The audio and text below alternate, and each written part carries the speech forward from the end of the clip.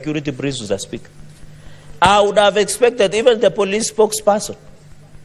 We used to have somebody called Owino as the police spokesperson. Mr. Speaker, Brian Shusho. Now we have the Inspector General of Police. In fact, the only time Inspector General of Police has responded is when he saw allocations of fatalities in Haiti. He sent a statement, Mr. Speaker.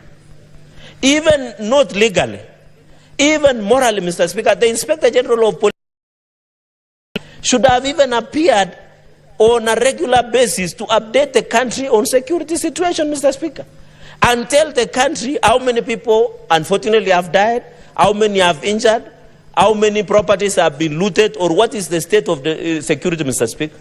What is the state of the homeland security, Mr. Speaker? I think that is the least we expected from Inspector General of Police, Mr. Speaker. And therefore, I think his stay in office is no longer tenable, Mr. Speaker. We must do a proper reshuffle within the security apparatus of this country, especially the homeland security, Mr. Speaker, so that we have a police service, not a police force, as was envisaged by the Constitution of the Republic of Kenya, Mr. Speaker. So I agree with my colleagues that the Inspector General of Police must be called out for failing to provide leadership, Mr. Speaker, for failing to morally and legally even update the country on security situation, Mr. Speaker. We are being told there was demos, Mr. Speaker, yesterday. There are others being planned on the way. The least we expect, cases of where police have shot, Mr. Speaker, incidences.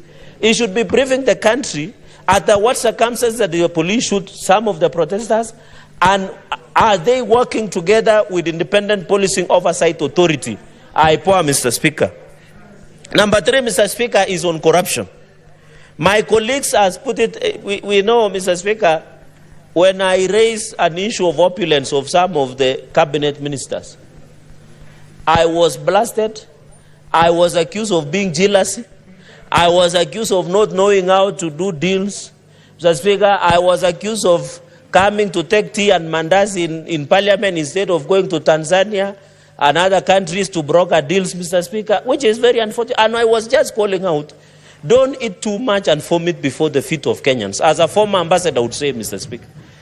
Even in my culture, where I come from, you don't eat and open your shirt. It is a cut, Mr. Speaker. And I called out, and you remember, I was being blasted left, right, and center, Mr. Speaker, and I warned them that if this trend of displaying opulence by members of parliament and some cabinet ministers without humility. And I'm happy, Mr. Speaker, for the last 2 weekends, at least the quality of hair has improved. Because when choppers were crisscrossing, it was also affecting our agenda of climate change, Mr. Speaker. Where people would fly in, land, reorganize the program of a funeral or a church service, speak, insult other elected leaders, Mr. Speaker, call them dimwits, call them fools, the way I was being called in Nandi last year, give out the money that God knows where they got it from, millions of shillings, and they fly away from the chopper, disrupting, Mr. Speaker, a social function for the next 1 hour or 30 minutes, Mr. Speaker, until they settle, Mr. Speaker. So the issue of corruption, and I think, Mr. Speaker, as a proposal to the President and EACC, Mr. Speaker, we must start doing lifestyle audits to all of us, state officers and all governors. Any person who is serving in a public office, we must do lifestyle audit. We must know, so that the reason Kenyans were on the streets, the reason Gen Z were calling us out, is because they are wondering, how can you contribute 20 million shillings in an Arambe, and yet they don't have even 100 shillings. They were wondering, the minister would be in Arambe counting millions of shillings, and the roads are not there, Mr. Speaker.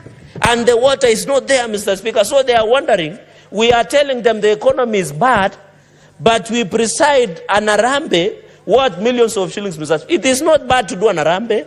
It is not bad to help people, but we must do their part. And I'm telling you, I know some people even who had bought shirts for funerals, dark suits, because their only thing was just when they hear social function, Senator Sifuna, they appear. But they have never visited the bad roads that are in our counties or look even at the water, Mr. Speaker. But they will find time to go and insult other leaders, Mr. Speaker. I think corruption also is not doing your job. Mr. Speaker, it doesn't necessarily that you have stolen, failing to do your job with integrity, reporting to your duty station. And therefore, number 3, I propose that EACC must be disbanded forthwith with capital letters. They have failed from national to counties, Mr. Speaker. In fact, when you steal, they come and see you nyuma ya tent, they slap